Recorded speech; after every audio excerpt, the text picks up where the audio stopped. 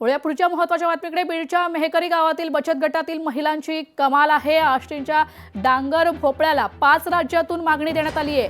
8 महिन्यात 45 टन भोपळ्याचं उत्पादन वाढले, तर गावातील अनेक महिला आता आर्थिक सक्षम झालेल्या आहेत। बचत गटातील महिलांशी बातचीत केली आहे लोकशाहीचे प्रतिनिधी हरिदास तावरे यांनी। बीड जिल्हा हा दुष्काळी जिल्हा म्हणून ओळखला जातो। कधी अतिवृष्टी तर कधी कोरड्या दुष्काळाचा सामना बीड जिल्ह्यातील शेतकऱ्यांना करावा लागतो। मात्र बीड जिल्ह्यात महिला बचत गटाच्या माध्यमातून एक आगळा वेगळा उपक्रम या ठिकाणी बीडच्या आष्टी तालुक्यातील मेहकरी गावामध्ये या ठिकाणी केलेला आहे।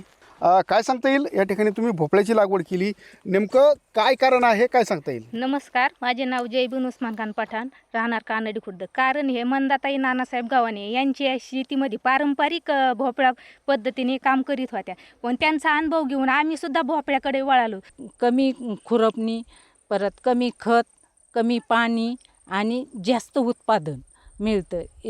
यामुळे आम्ही पारंपरिक शेती पद्धतीला फाटा देऊन आम्ही ह्या एलवर्गीयाकडे वळलो। बचत गट आमचा 10 महिलांचा समूह आहे। आम्ही मंदाकिनी ताईच्या शेतीमध्ये भोपळ्याचं पीक घेतलेलं आहे, त्याच्यामुळे आम्ही एकत्रितरित्या 10 जणी काम करीत होतो। आमचा त्याचा रोजगाराचा खर्च कमी झाला आणि त्याचं जे बाहेर शेतीत म्हणजे रोजगार जात होता लोकांना देण्यासाठी, तो आम्हाला आमच्या संसारासाठी आम्हाला उपयुक्त पडायला लागला।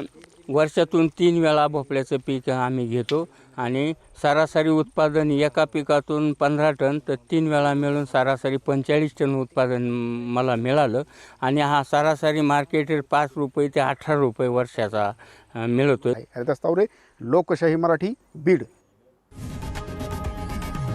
लोकशाही मराठी, ऐका, पहा, जागरूक रहा।